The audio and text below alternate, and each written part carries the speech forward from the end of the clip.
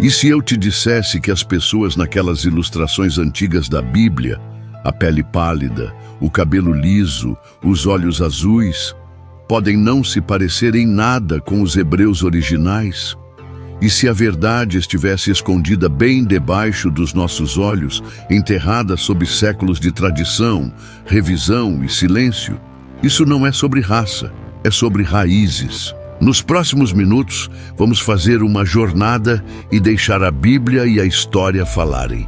Usando pistas das Escrituras, da geografia e da história, vamos seguir as evidências de uma verdade poderosa que está despertando pessoas no mundo todo. Fique até o final para entender a profecia que pode ligar a tribo real de Judá à experiência do povo negro e descobrir uma identidade que tentaram apagar.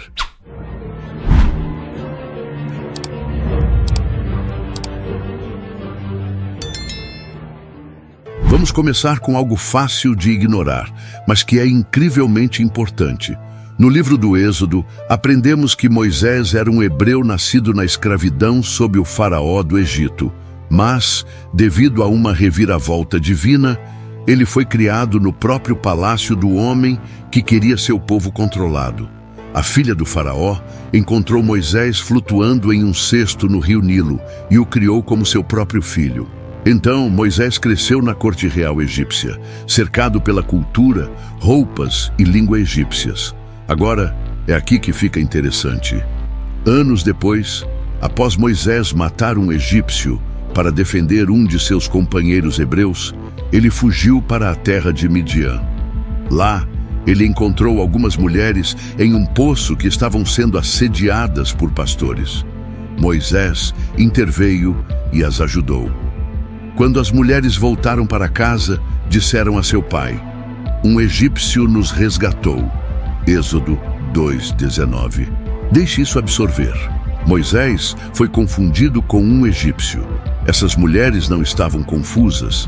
Elas presumiram que ele era egípcio com base em sua aparência. Elas não disseram: "Um estrangeiro nos ajudou" ou "um estranho".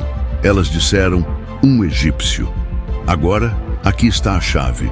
Os antigos egípcios eram africanos. Pinturas, esculturas e até múmias daquela época mostram pessoas de pele escura, lábios carnudos, narizes largos e cabelos bem cacheados ou trançados.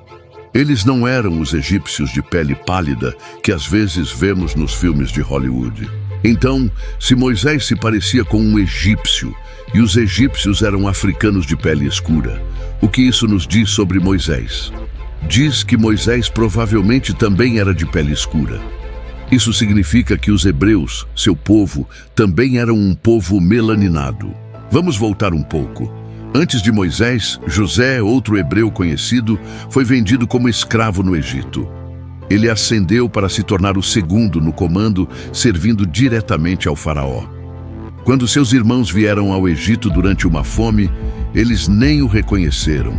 Ele usava roupas egípcias, sim, mas o disfarce não teria funcionado se ele fosse totalmente diferente. Novamente, os hebreus podiam se misturar com os egípcios porque se pareciam. Ainda mais poderoso é o que acontece centenas de anos depois com Jesus. Quando o rei Herodes quis matar todos os bebês hebreus do sexo masculino, Deus enviou uma mensagem a José em um sonho. Ele lhe disse para levar Maria e o menino Jesus e fugir para o Egito. Mateus 2:13-15. Pense nisso. Por que o Egito?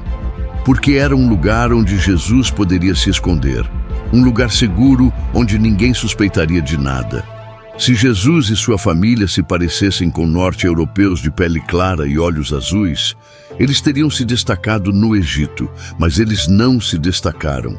Eles podiam passar entre os egípcios sem levantar suspeitas. Os hebreus eram um povo de cor. Por gerações, muitos imaginaram os hebreus através de uma lente europeia. Mas a Bíblia conta uma história diferente, uma que nos leva de volta à África e de volta à verdade. Para entender quem eram os hebreus originais, temos que ir ainda mais para trás, até a história da criação em Gênesis. Gênesis 2:10-14 fala sobre o Jardim do Éden. A Bíblia diz que um rio fluía do Éden e se dividia em 4. Um desses rios é chamado Gihon, que a Bíblia diz que serpenteia por toda a terra de Cush. Em termos antigos, Cush é a região que hoje conhecemos como o Sudão moderno e partes da Etiópia. Isso é África. Outro rio, o Pison, é descrito como fluindo ao redor da terra de Havilá, onde há ouro. Muitos estudiosos acreditam que Havilá esteja localizada perto da Península Arábica e do nordeste da África.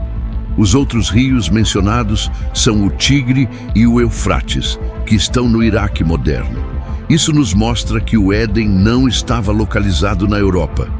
Ele estava centrado em uma região que conecta a África e o Oriente Médio. Isso é frequentemente chamado de crescente fértil, ou o berço da civilização. De Adão e Eva a Noé e finalmente Abraão, todas essas figuras antigas vieram desta região afro-oriental. O próprio Abraão era de Ur dos Caldeus, na antiga Mesopotâmia, o atual Iraque. Mas ele viajou para o oeste, para Canaã, que fazia fronteira com o Egito, um conhecido império africano. Isso sugere que eles eram provavelmente povos de pele escura, marrons ou negros. Para entender quem são os negros na Bíblia, temos que focar em um grupo específico dentro da nação hebraica, a tribo de Judá. Esta não era qualquer tribo. Judá era a linhagem real, a tribo da qual vieram o rei Davi, o rei Salomão e até mesmo Jesus Cristo. É por isso que Judá é tão importante. Após o reinado do rei Salomão, a nação de Israel se dividiu em 2 reinos, o reino do norte, chamado Israel, e o reino do sul, chamado Judá. O reino do norte foi conquistado pela Assíria por volta de 722 a.C., e muitas daquelas tribos foram espalhadas e perdidas para a história. Mas o reino de Judá permaneceu por mais tempo, até que a Babilônia os levou para o cativeiro. Com o tempo, especialmente após a invasão romana em 70 d.C., o povo de Judá foi espalhado por toda a África e além. É aqui que a história de muitos negros começa a se cruzar. De acordo com relatos históricos e tradições orais, muitos judeus fugiram para a África Ocidental para escapar da perseguição romana. A partir daí, eles se misturaram às sociedades africanas, mas mantiveram partes de sua identidade. Mais tarde, durante o comércio transatlântico de escravos, milhões de africanos foram levados da África Ocidental, as mesmas regiões onde muitos desses judeus dispersos haviam se estabelecido. É por isso que alguns historiadores e pesquisadores da Bíblia acreditam que os negros nas Américas e no Caribe, descendentes de africanos escravizados, são descendentes da tribo de Judá. Não vamos esquecer a profecia em Deuteronômio 28:68. Deus avisou seu povo que se eles se desviassem de seus mandamentos, o Senhor te fará voltar ao Egito em navios. O Egito, neste contexto, representa cativeiro, e os navios. Foi exatamente assim que os escravos africanos foram transportados para as Américas. Muitos acreditam que esta profecia se cumpriu na experiência negra. Em Jeremias 14:2 diz: Judá pranteia e os seus rostos estão enegrecidos até o chão. Embora algumas traduções interpretem isso poeticamente, outras argumentam que é uma descrição literal, reforçando ainda mais que Judá era um povo de pele escura. A história dos hebreus não terminou em Israel. Continuou no coração da África. Quando os romanos invadiram Jerusalém em 70 d.C., eles espalharam os judeus restantes, especialmente os da tribo de Judá. O próprio Jesus profetizou essa dispersão em Lucas 21:24. Cairão ao fio da espada e serão levados cativos para todas as nações. Para onde eles foram? Muitos fugiram para o sul, para o continente africano. Eles correram para onde podiam sobreviver e se misturar, mantendo seus costumes vivos. Aquele lugar era a África, onde a cor de sua pele e sua cultura lhes permitiam desaparecer entre outros povos de pele escura. Uma das verdades mais ignoradas na história é que grandes populações de hebreus viveram na África por séculos. Estudiosos documentaram comunidades hebraicas na Etiópia, Sudão, Nigéria, Gana e Mali. Eles praticavam a circuncisão, seguiam leis alimentares e observavam o sábado. Vamos olhar para o povo Igbo da Nigéria. Muitos Igbos transmitiram por gerações a crença de que são descendentes de Judá. Outro grupo, o povo Lemba da África Austral, tem tradições orais que afirmam descender de sacerdotes em Jerusalém, e testes de DNA confirmaram que alguns homens Lemba compartilham o gene Cohen, ligado à linhagem sacerdotal judaica. A Bíblia também diz que essas pessoas perderiam sua identidade. Em Jeremias 17:4, Deus diz ao seu povo: "Tu mesmo te privarás da tua herança." Isso significa que eles não saberiam quem eram. E foi exatamente o que aconteceu com os negros através da escravidão. Mas aqui está a boa notícia. O despertar começou. Ao redor do mundo, os negros estão fazendo perguntas, investigando as escrituras e se reconectando com sua herança espiritual.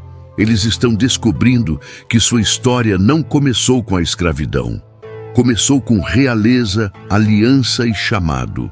Eles estão descobrindo que seu sofrimento não foi aleatório, mas profetizado, e sua restauração faz parte do plano de Deus. Judá se escondeu na África, e agora Judá está despertando. A Bíblia disse que isso aconteceria. Também disse que chegaria o dia em que eles se lembrariam de quem são. Isaías 1:3 diz: "O boi conhece o seu dono, e o jumento, a manjedoura do seu senhor. Mas Israel não tem conhecimento, o meu povo não entende." Por gerações, os negros de todo o mundo lutaram para responder à pergunta: quem somos nós realmente? Muitos foram informados de que não tinham história antes da escravidão. Mas agora, algo está mudando. Pense nisto. Quem mais enfrentou 400 anos de escravidão e opressão, assim como os hebreus no Egito?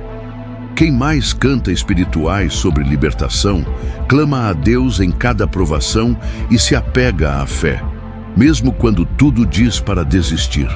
E quem mais, após séculos de silêncio, está agora se levantando com força, sabedoria e um fogo espiritual inabalável? Este despertar não é sobre superioridade, é sobre verdade. É sobre reivindicar uma identidade que foi enterrada, reescrita por opressores e disfarçada pela tradição. É sobre olhar no espelho e ver não apenas um sobrevivente da história, mas um filho da profecia, um descendente de reis, um membro da tribo real de Judá. A Bíblia diz em Sofonias 3:10: "D'além dos rios da Etiópia, meus zelosos adoradores, a filha dos meus dispersos, me trarão sacrifício." Isso é tempo futuro. Isso é uma promessa.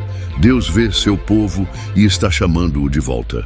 Esta mensagem não é apenas informação, é uma revelação. Não é apenas sobre história, é sobre destino. Pessoas negras e de pele escura, sua história não começou em correntes, começou em uma aliança. Vocês não estão esquecidos, vocês não são amaldiçoados, vocês não estão perdidos. Vocês são Judá e vocês estão se levantando. Esta mensagem não é apenas informação, é uma revelação sobre identidade, profecia e destino. Se este despertar espiritual ressoou em você e despertou algo em sua alma, não deixe que essa chama se apague. Ajude-nos a levar esta verdade a mais pessoas. Inscreva-se no canal A Fé Movendo Montanhas. Deixe seu like para nos dar força e compartilhe este vídeo com alguém que precisa ouvir isso. Agora, queremos ouvir de você. Comente abaixo qual parte desta história mais impactou você. Sua jornada, suas perguntas e sua voz são importantes para nós. O despertar começou e você faz parte dele.